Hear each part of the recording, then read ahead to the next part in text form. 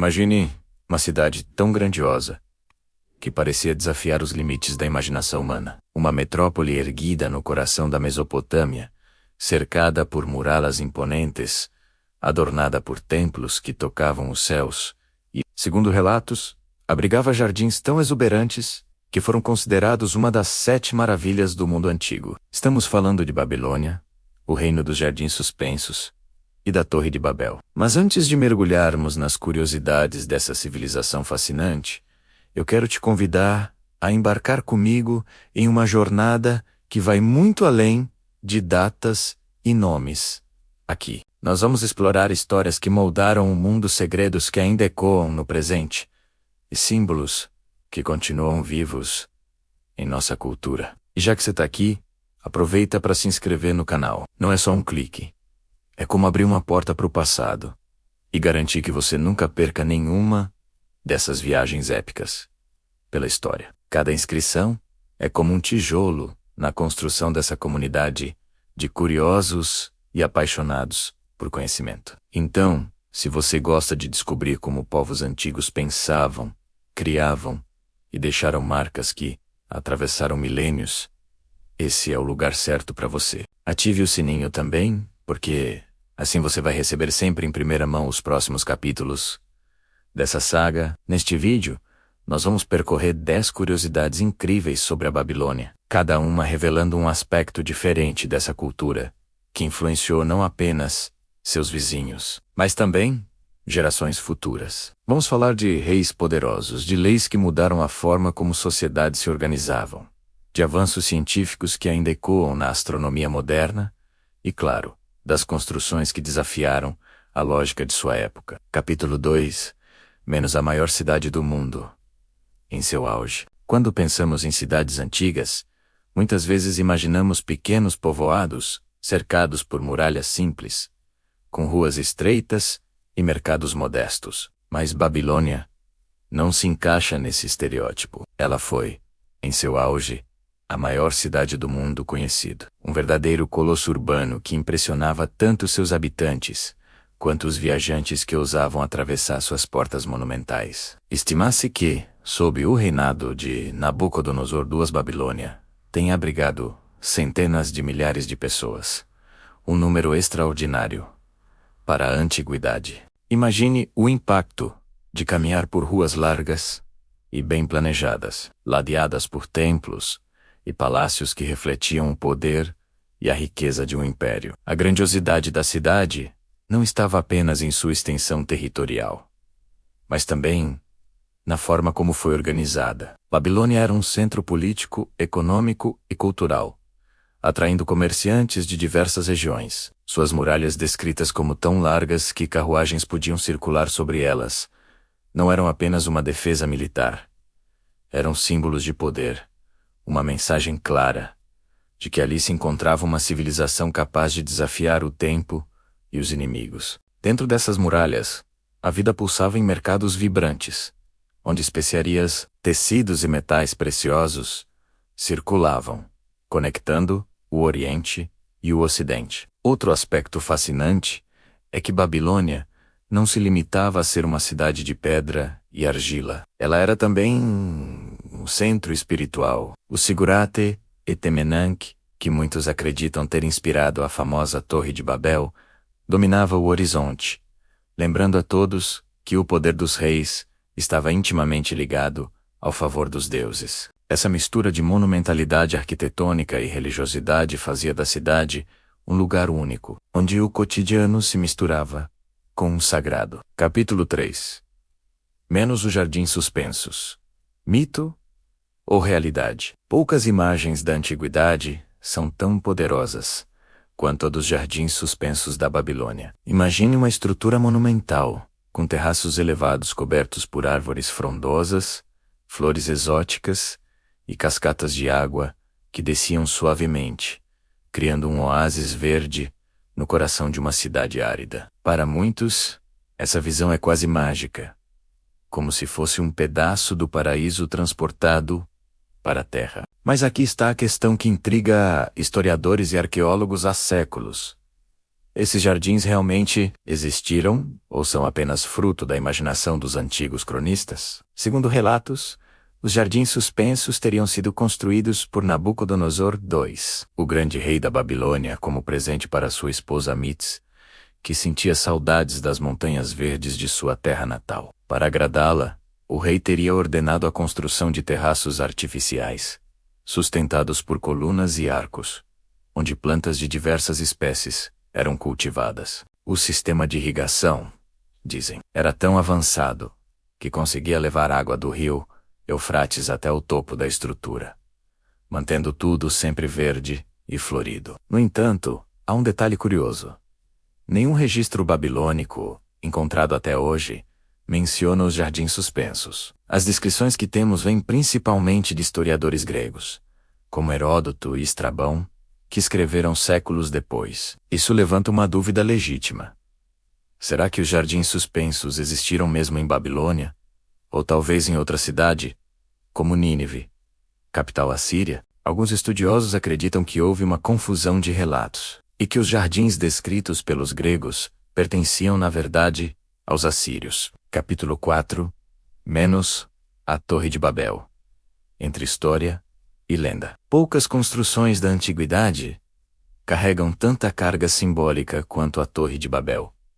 Para muitos, ela representa a ambição humana de alcançar os céus, um monumento que buscava desafiar os limites impostos pelos deuses. Mas por trás da narrativa bíblica, existe uma história fascinante que nos leva diretamente ao coração da Babilônia e ao seu imenso zigurate, chamado Etemenanque. Essa estrutura, dedicada ao deus Marduk, era uma torre-templo que se erguia em degraus, alcançando alturas impressionantes para a época. Para quem a contemplava, parecia realmente tocar o céu. Segundo os relatos, o Etemenanque teria mais de 90 metros de altura, o que, para os padrões da antiguidade, era uma façanha arquitetônica extraordinária. Imagine viver em uma cidade onde, ao levantar os olhos, você via uma construção que dominava todo o horizonte, lembrando constantemente que o poder dos reis estava ligado ao favor divino. Não é difícil entender por que essa torre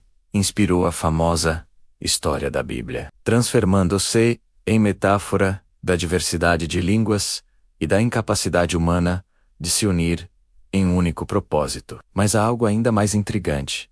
A Torre de Babel não é apenas um símbolo religioso. Ela também nos mostra como os babilônios eram mestres da engenharia e da arquitetura. Construir uma estrutura tão imponente exigia planejamento, organização e uma mão de obra gigantesca. Cada tijolo de argila cozida, cada camada de betume usada como argamassa, representava não apenas técnica, mas também fé. Era como se cada pedra fosse um elo entre o mundo terreno e o divino. Capítulo 5 menos o Código de Hammurabi. Justiça na pedra. Se existe um legado que mostra a genialidade e, ao mesmo tempo, a dureza da Babilônia.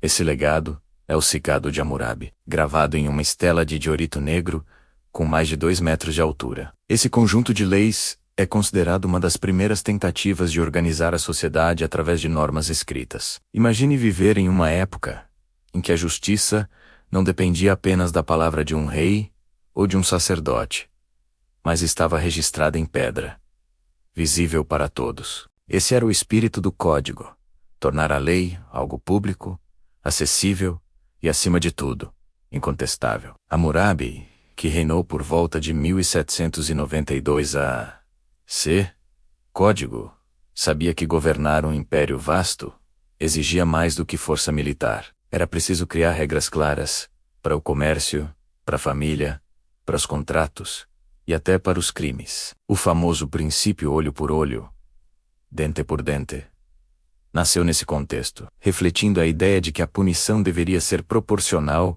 ao dano causado. Embora hoje possa parecer severo, na época representava um avanço, pois estabelecia limites e evitava vinganças desmedidas. O Código de Hammurabi continha cerca de 282 leis, cobrindo desde disputas comerciais até questões de herança e casamento. Ele regulava, por exemplo, o preço de serviços, a responsabilidade de construtores e até as penalidades para médicos que falhassem em seus tratamentos. Era um retrato da vida cotidiana da Babilônia, mostrando como cada aspecto da sociedade estava sujeito a regras. Capítulo 6 - Nabucodonosor 2, o rei, que construiu a glória da Babilônia. Se existe um nome que se confunde com a própria identidade da Babilônia, esse nome é Nabucodonosor II. Ele reinou entre 605 e 562, a Set, código, e transformou a cidade em um dos maiores símbolos da antiguidade. Mais do que um monarca, Nabucodonosor foi um visionário, que entendeu que o poder não se sustentava apenas pela força militar, mas também pela capacidade de impressionar, de criar uma imagem de grandeza que atravessaria os séculos. Sob seu governo, Babilônia se tornou uma metrópole monumental. Foi ele quem ordenou a construção de palácios grandiosos, templos imponentes e muralhas que pareciam indestrutíveis. A porta de Re-Shtar, decorada com tijolos esmaltados em azul e figuras de animais sagrados, é um exemplo da sofisticação artística e arquitetônica de sua época. Essa entrada não era apenas funcional. Era uma declaração de poder, um lembrete para todos que atravessavam seus arcos de que estavam entrando na capital de um império.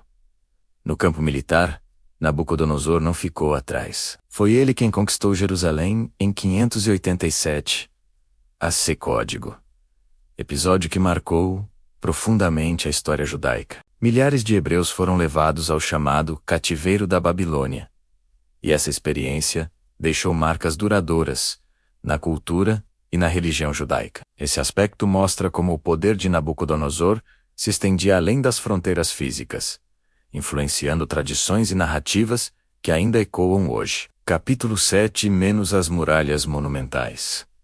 A fortaleza da Babilônia. Se há uma imagem que define a imponência da Babilônia, essa imagem é a de suas muralhas colossais. Não eram apenas barreiras de proteção contra invasores, mas verdadeiros monumentos que transmitiam uma mensagem clara. Aqui está uma cidade que não pode ser conquistada facilmente. Relatos antigos descrevem muralhas tão largas que carruagens podiam circular sobre elas, lado a lado. Essa característica, além de prática, era também simbólica. Mostrava ao mundo que Babilônia era uma fortaleza impenetrável, um centro de poder que se erguia como um desafio às forças externas. As muralhas eram construídas com tijolos de argila cozida, reforçados com betume, uma espécie de asfalto natural que aumentava a resistência da estrutura. Essa técnica não apenas garantia durabilidade, mas também revelava o conhecimento avançado dos babilônios em engenharia. Estima-se que as muralhas chegassem a ter dezenas de metros de altura, cercando a cidade em um perímetro que impressionava qualquer visitante. Para quem se aproximava, a visão era de uma barreira interminável, quase como se fosse uma montanha artificial erguida pelo homem. As muralhas da Babilônia nos mostram que a cidade não era apenas um espaço urbano. Era uma fortaleza planejada para resistir ao tempo e às guerras. Elas simbolizam a união entre técnica, arte e política, revelando como os babilônios sabiam transformar até mesmo suas defesas em símbolos de grandeza. Essa curiosidade reforça a ideia de que Babilônia não era apenas uma cidade. Era um espetáculo arquitetônico que impressionava a todos que a conheciam. Capítulo 8 - Astronomia e Matemática. O Saber, que antecipou o futuro. Quando pensamos em Babilônia, é comum imaginar muralhas imponentes, templos grandiosos e reis poderosos. Mas há um aspecto menos visível, embora igualmente fascinante, que revela a genialidade dessa civilização. Seu domínio da astronomia e da matemática, muito antes telescópios e calculadoras. Os babilônios já observavam o céu com rigor e registravam padrões que seriam fundamentais para o desenvolvimento da ciência. Os sacerdotes astrônomos da Babilônia passavam noites inteiras observando estrelas, planetas e eclipses. Eles acreditavam que os movimentos celestes eram mensagens dos deuses, mas ao mesmo tempo, tratavam essas observações com precisão quase científica. Criaram tabelas astronômicas que permitiam prever eclipses lunares e solares, algo extraordinário para a época. Essa prática não era apenas religiosa. Tinha impacto direto na agricultura, na organização de festivais e até nas decisões políticas. O céu era para os babilônios um calendário vivo. E falando em calendário, os babilônios foram pioneiros em adotar um sistema baseado nos ciclos da lua. Dividiram um mês em fases lunares e estabeleceram um ano com 12 meses, ajustando-o com meses adicionais quando necessário. Essa estrutura influenciou diretamente os calendários de outras culturas, incluindo o hebraico e o grego. É impressionante pensar que a forma como organizamos o tempo hoje tem raízes tão antigas. Capítulo 9 - o calendário lunar. O tempo nas mãos da Babilônia em uma civilização tão complexa quanto a Babilônia. Controlar o tempo era essencial, não apenas para organizar colheitas e festivais, mas também para manter a ordem social e religiosa. E foi justamente nesse ponto que os babilônios se destacaram.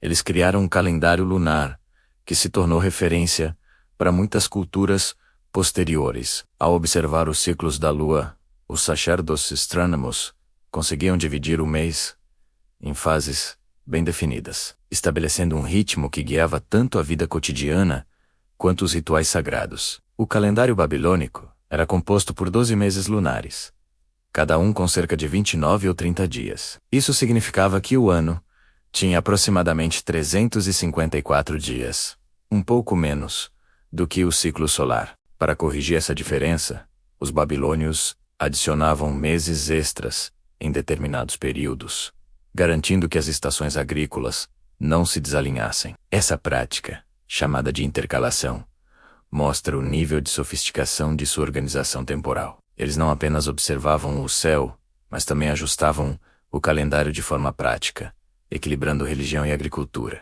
Esse sistema tinha impacto direto na vida da cidade. Festivais religiosos, como os dedicados ao deus Marduk, eram marcados de acordo com o calendário lunar. As atividades comerciais também seguiam esse ritmo, já que os mercados e contratos eram organizados em função das datas estabelecidas. Até mesmo decisões políticas podiam ser influenciadas pelo calendário, já que certos períodos eram considerados mais favoráveis para iniciar campanhas militares ou realizar cerimônias de coroação. Capítulo 10 - a escrita cuneiforme. A voz gravada na argila. Se hoje conseguimos conhecer detalhes da vida na Babilônia, é graças a um legado silencioso, mas poderoso. A escrita cuneiforme, gravada em tabuletas de argila com estiletes de junco.